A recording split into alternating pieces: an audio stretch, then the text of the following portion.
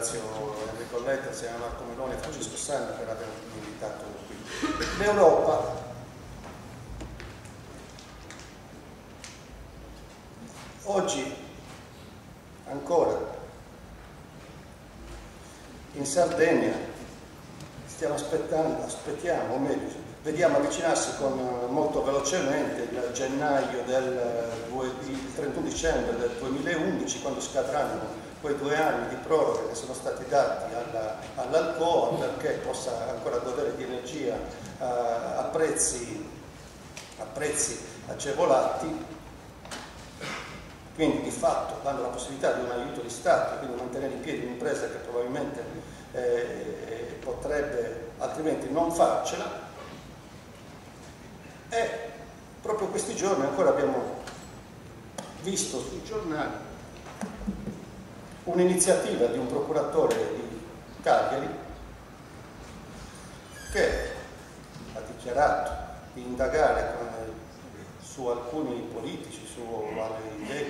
gli ultimi assessori all'industria che si sono occupati della mineraria Sirius. Molti di voi ricorderanno, circa 110 minatori su una società chiusa che per diverse vicende era finita per appartenere all'ente minerario sardo, quindi alla regione sarda, e il suo azionista, la regione sarda, ha portato avanti dei processi di rilancio di questa regione, di questa impresa, di questa miniera nei primi anni del 2000, con degli investimenti appunto nei primi anni del 2000, secondo alcuni forse contravvenendo le regole degli aiuti di Stato e quindi investendo in una miniera che si poteva pensare con certezza non essere più produttiva e quindi di fatto aggirando delle norme europee e spendendo male i soldi pubblici. Un limite ancora una volta, ma nelle stesse ore,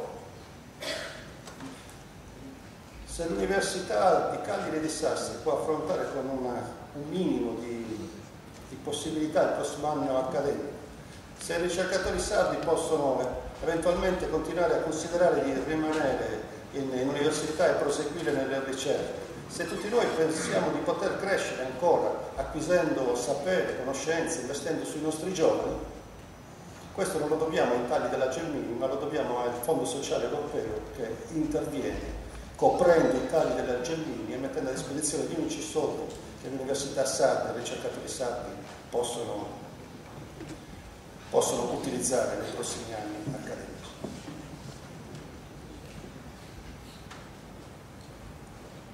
Da una parte ci appare un'Unione Europea contro il lavoro, dall'altra ci appare invece un'Unione Europea che è artefice di nuovo lavoro e di lavoro migliore. Ancora, in questi giorni, ne parla il Consiglio regionale, sono stati cancellati tutti i fondi FAS. Sappiamo che sono stati cancellati tutti i fondi FAS che a regia del governo nazionale si sarebbero dovuti spendere nelle aree sottoutilizzate per cercare di riequilibrare soprattutto il livello delle dotazioni infrastrutturali, e cioè rispettare anche quell'articolo 27 che è uno dei fondamenti del federalismo fiscale che ormai è già avviato, che dice c'è una ripartenza, si parte da capo con tutte le regioni che si prendono le loro responsabilità, ma non partiamo tutti uguali. Alcune regioni partono più povere di dotazioni infrastrutturali, c'è bisogno di riequilibrare queste dotazioni infrastrutturali e quindi di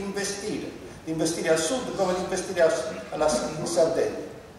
Bene, contemporaneamente però negli stessi giorni il governo ha cancellato tutti i fondi, non c'è un euro a disposizione per il riequilibrio delle infrastrutture nel Mezzogiorno, non c'è un euro a disposizione per le politiche regionali di coesione. Se qualche soldo